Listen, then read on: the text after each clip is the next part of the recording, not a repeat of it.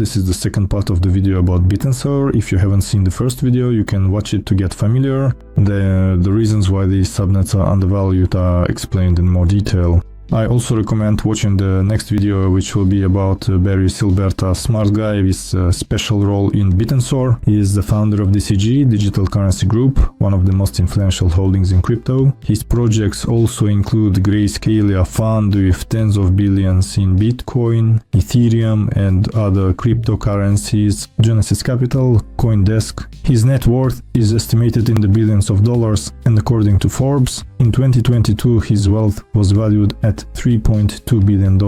At one time, Barry Silbert amassed a whole bag of bitcoins. Back in 2011, he was buying them at $7 to $8 per bitcoin and held onto them without selling. In other words, he knows how to manage finances, how long to hold for upside, and where to invest. Later, he invested in Coinbase and Ripple, and now he has found, so to speak, a second Bitcoin, Bittensor AI Bitcoin. They also created the UMA consensus in Bittensor, which handles distribution. Plus, they have a UMA validator in Bittensor, which you will also see. Overall, you can draw your own analogies and add your own insights. In other words, this isn't a call to buy or an entry point, it's simply, let's say, educational content for people who are consciously moving forward in crypto and trying to master a new niche, TAO stats. Let's start with this platform.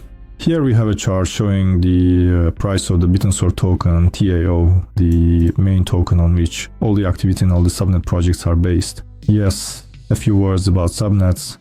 There are a total of 128 subnets. Recently, literally in about a week and a half, 8 new subnets were added very quickly, going from 120 to 128. There was a bit of a rush, so they decided to limit and close registration. Now there will be 128 subnets.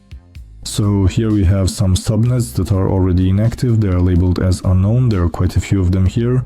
Our task is to approach the selection of subnets correctly. What should we look at and pay attention to? That is, if we decide to invest in a particular subnet, we want to make sure it doesn't just disappear like that.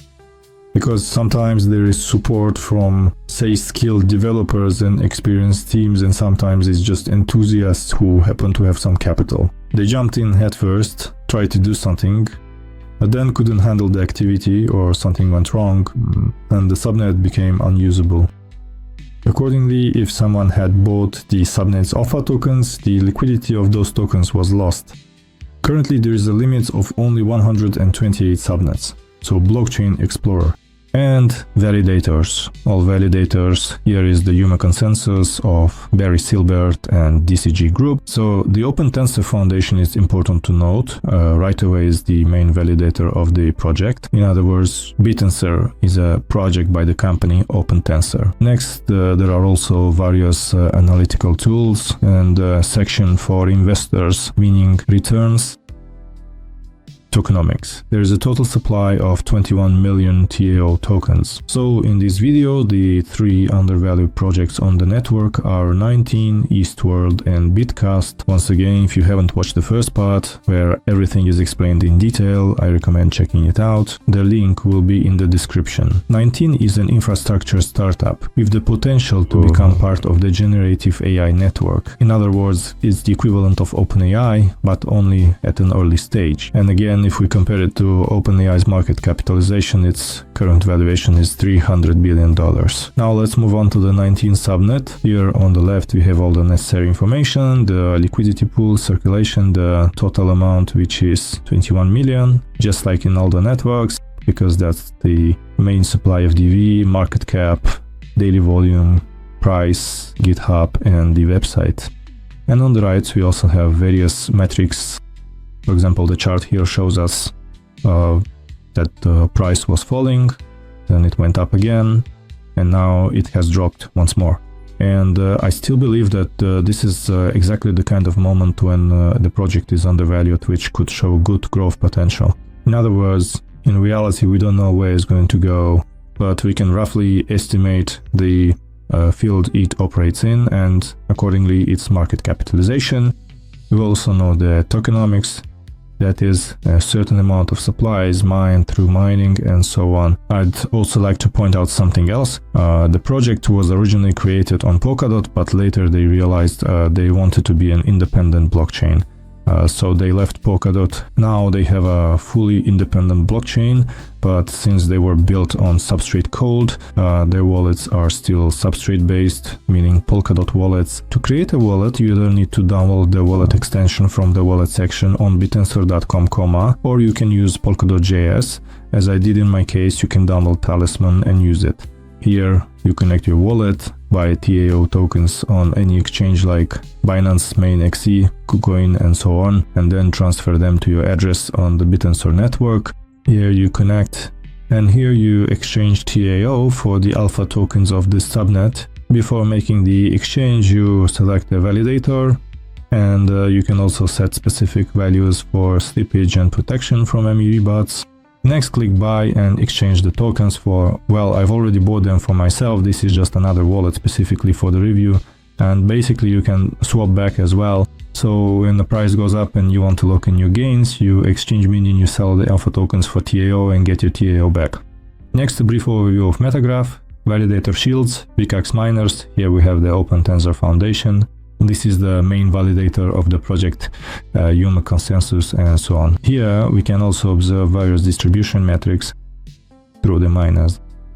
Here is the validator weight value, statistics showing volumes, price adjustments, as well as emission inflows into the subnet, and the ratio of TAO to alpha. In other words, we see that TAO is decreasing while alpha is increasing. So there are fewer TAO holders, which means that more alpha tokens are being bought, or people are simply holding them. Why isn't the price going up?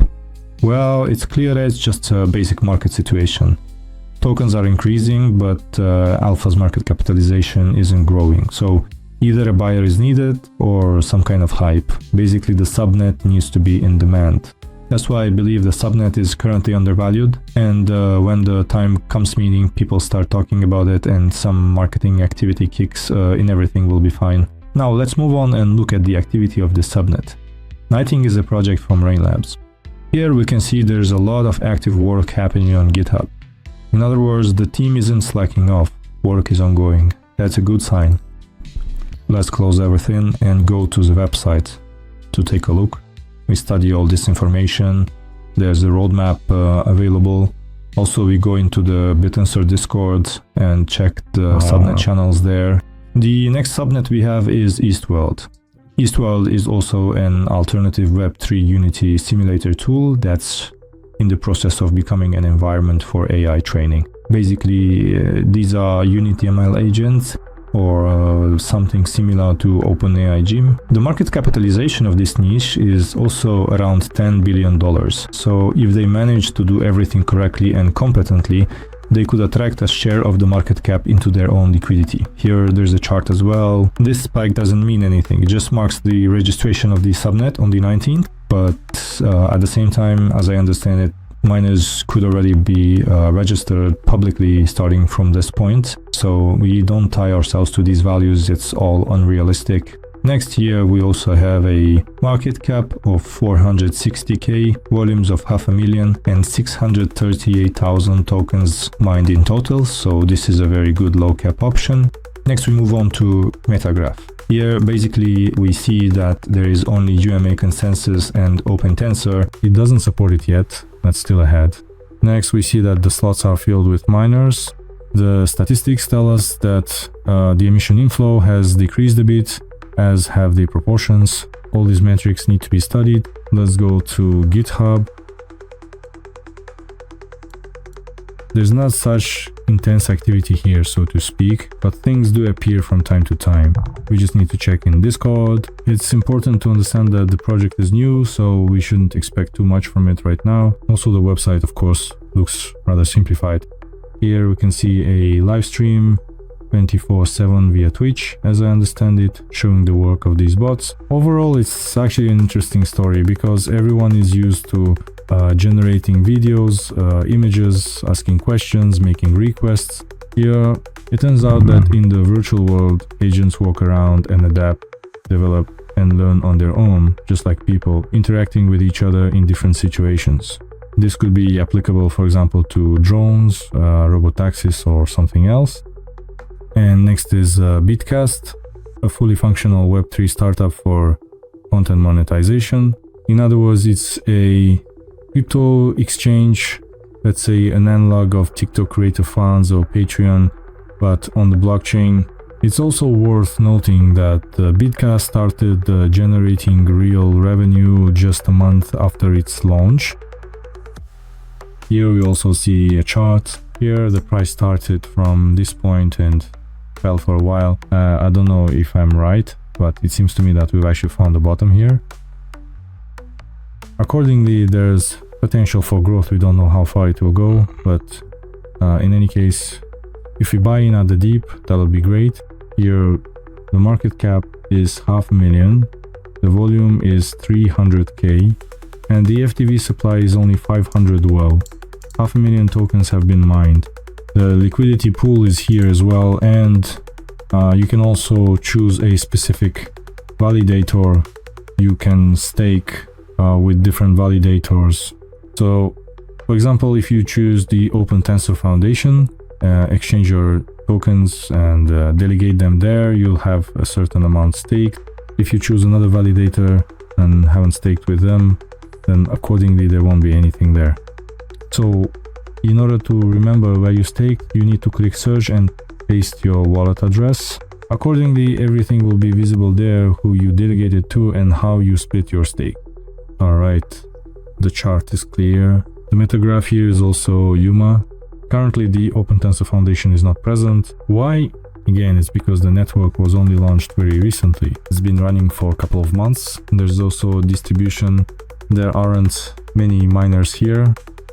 Our statistics also show increased volumes lately, especially over the past week. The emission is quite high, and the proportions, we can see that alpha tokens are increasing. The number of alpha token and TAO holders is decreasing, and that's a good thing. So about Discord here, I don't quite understand. Apparently there's some kind of error because it doesn't lead where it's supposed to. You can also check out the website here, browse around. Everything is basically clear and explained in an accessible way.